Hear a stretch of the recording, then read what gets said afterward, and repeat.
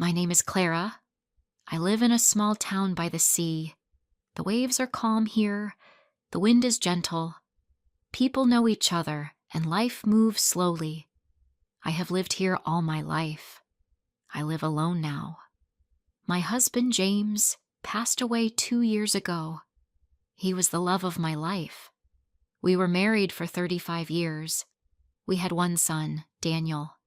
He was our joy. He made our house warm with laughter and music. Daniel was quiet but kind. He loved books and drawing. He wanted to be an artist. He had dreams, big dreams. But then the accident happened, a car crash. One phone call changed everything. He was 23. The day we lost Daniel, something inside me broke. I remember sitting on the kitchen floor, holding James's hand. We said nothing. There were no words, only silence and pain. After Daniel's funeral, James stopped talking much. He went to the beach every day and sat on the same bench near the water. I used to watch him from the window.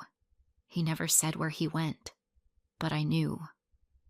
One morning, James didn't wake up. He passed in his sleep.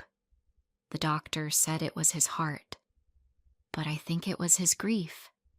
Now, I live in the same house, walk the same streets, and see the same sea, but everything feels different.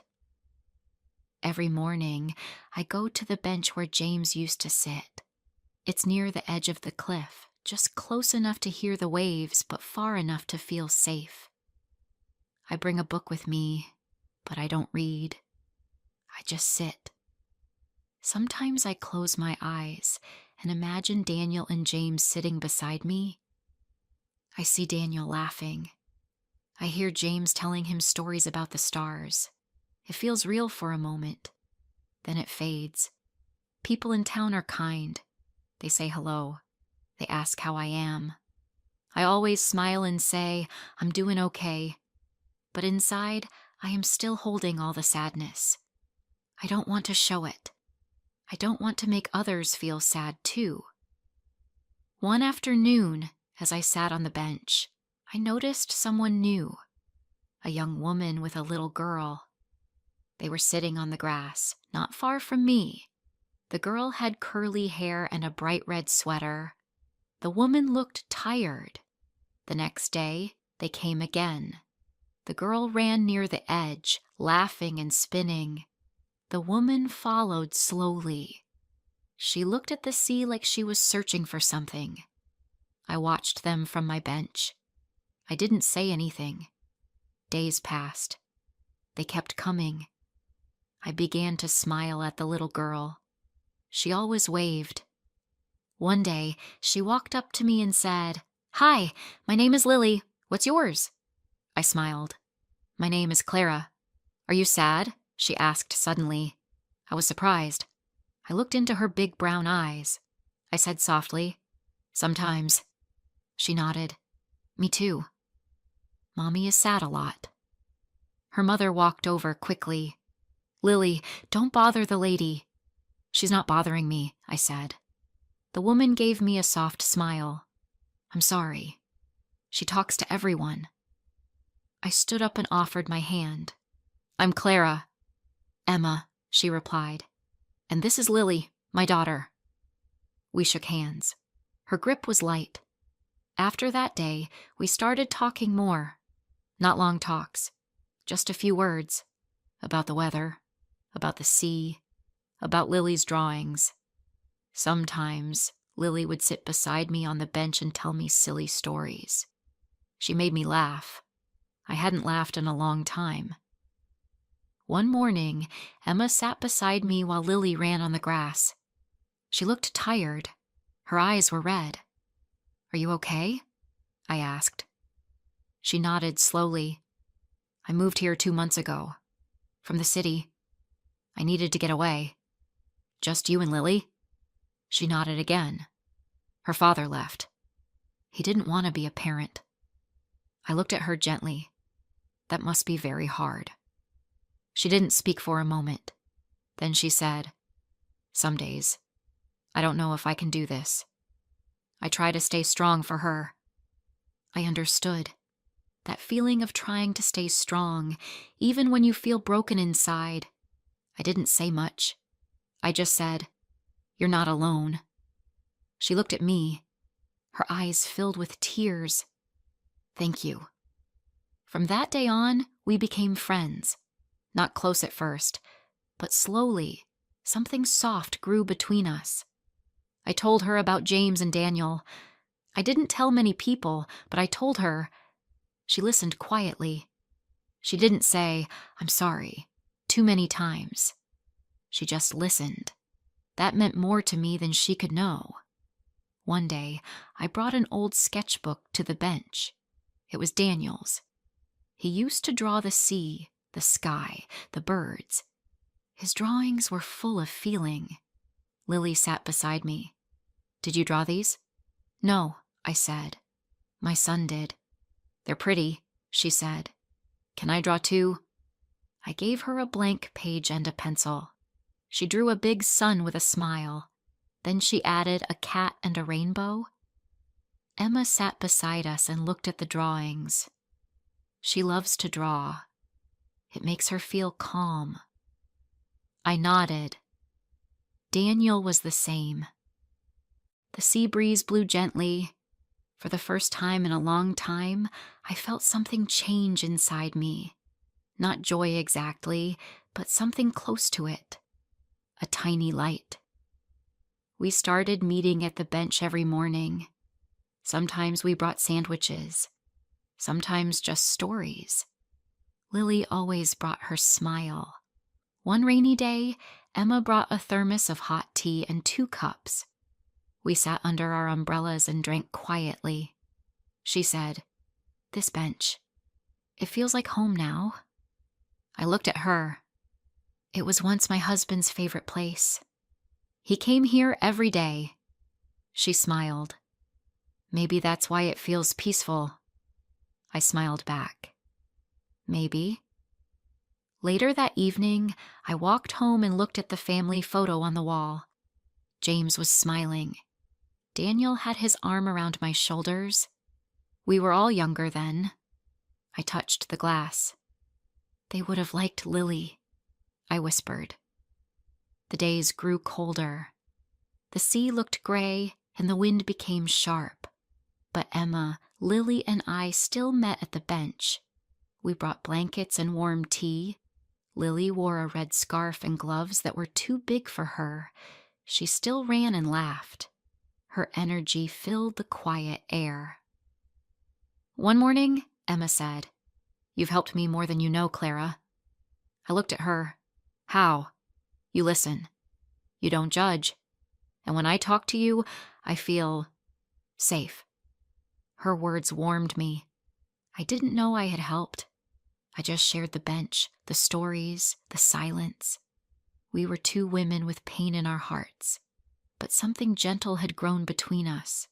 Like the sea, always moving, always changing. We were healing too. That evening, I sat alone at home. I opened Daniel's sketchbook again. I looked at his last drawing, waves crashing under a full moon. There was peace in it. I ran my fingers across the lines. Suddenly, I had an idea. I went to the small wooden box in my bedroom. Inside was a folded letter. Daniel wrote it when he was 16. It said, "Dear Mom, one day, if I'm not here, I want you to keep smiling. I want you to look at the sea and think of me. I'll be in the wind, in the waves, in the stars." I cried as I read it again. His words felt like a warm hand on my shoulder. The next morning, I took the letter with me to the bench. Emma came with Lily, as always. We shared tea and bread. Then I handed the letter to Emma. She read it slowly. Her eyes filled with tears. "He was wise," she said. "He was full of love," I said softly. She folded the letter carefully and gave it back to me. "Can I ask you something?" "Of course." What helped you keep going after you lost him? I looked at the sea. The waves were gentle that morning. I didn't give up because I had James. And now, I don't give up because I still have memories. And people like you and Lily. Emma looked down. Sometimes I feel weak. I shook my head. You are one of the strongest people I know. She smiled, though her eyes were wet. That afternoon, Lily drew a picture of the three of us on the bench. She gave it to me. This is for you. I looked at it and smiled. Thank you, Lily. I'll keep it always. I framed the drawing and placed it next to Daniel's sketch, one from the past, one from the present, both full of love.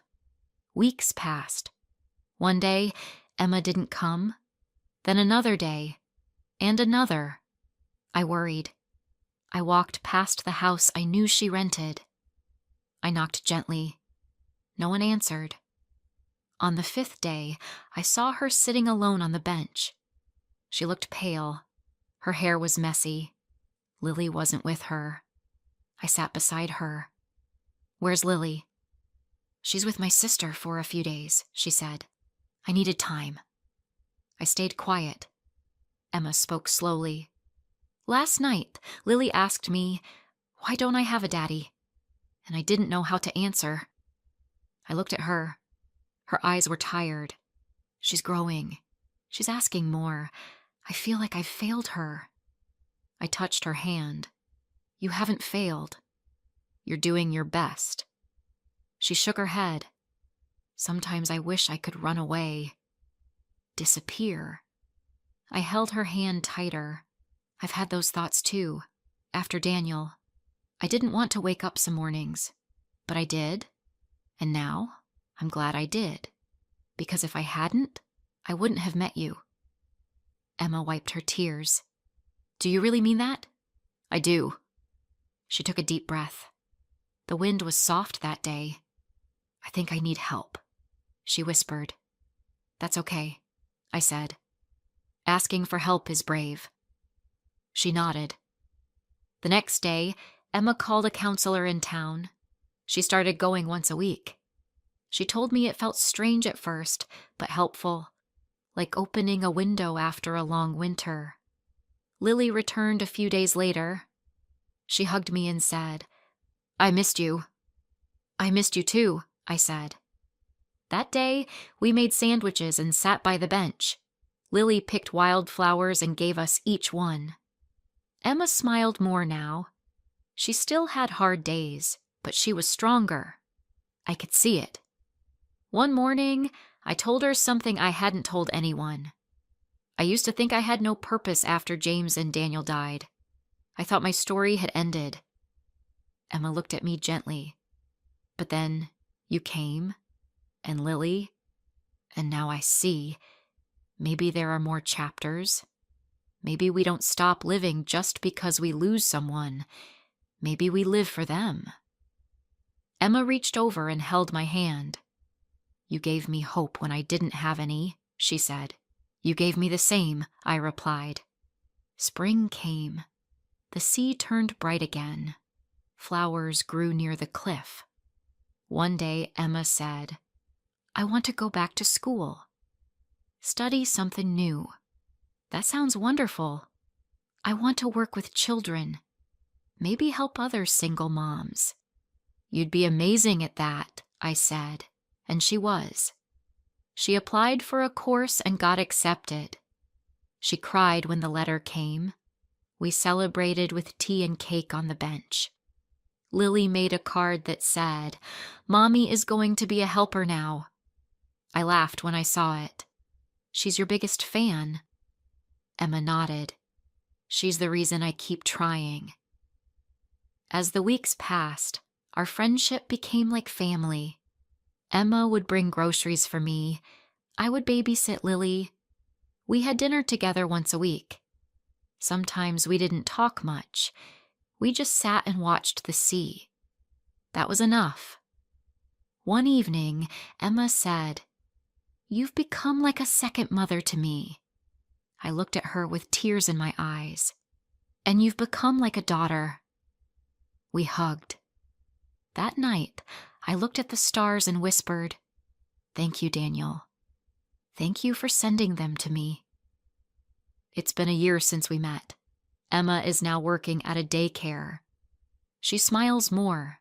She talks with other moms and shares her story. She tells them, healing takes time, but it's possible. Lily is growing fast. She still loves drawing. Her pictures now have houses, flowers, and smiling people, and I feel alive again. Every morning, I still go to the bench. Emma and Lily often join me. We talk, we laugh, we remember. Sometimes we still cry, but the tears are softer now.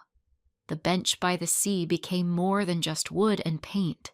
It became a place of healing, a place where grief met hope, where pain slowly turned into peace, and where three hearts found each other across loss, across silence, across time.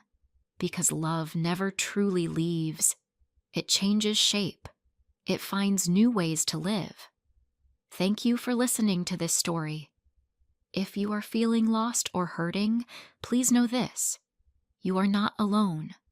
There is always someone out there who will care, and even in the quietest places, healing can begin. Stay strong, be kind to yourself, and let the waves carry your pain gently away. If you liked this story, please like, subscribe, and share. We'll see you next time.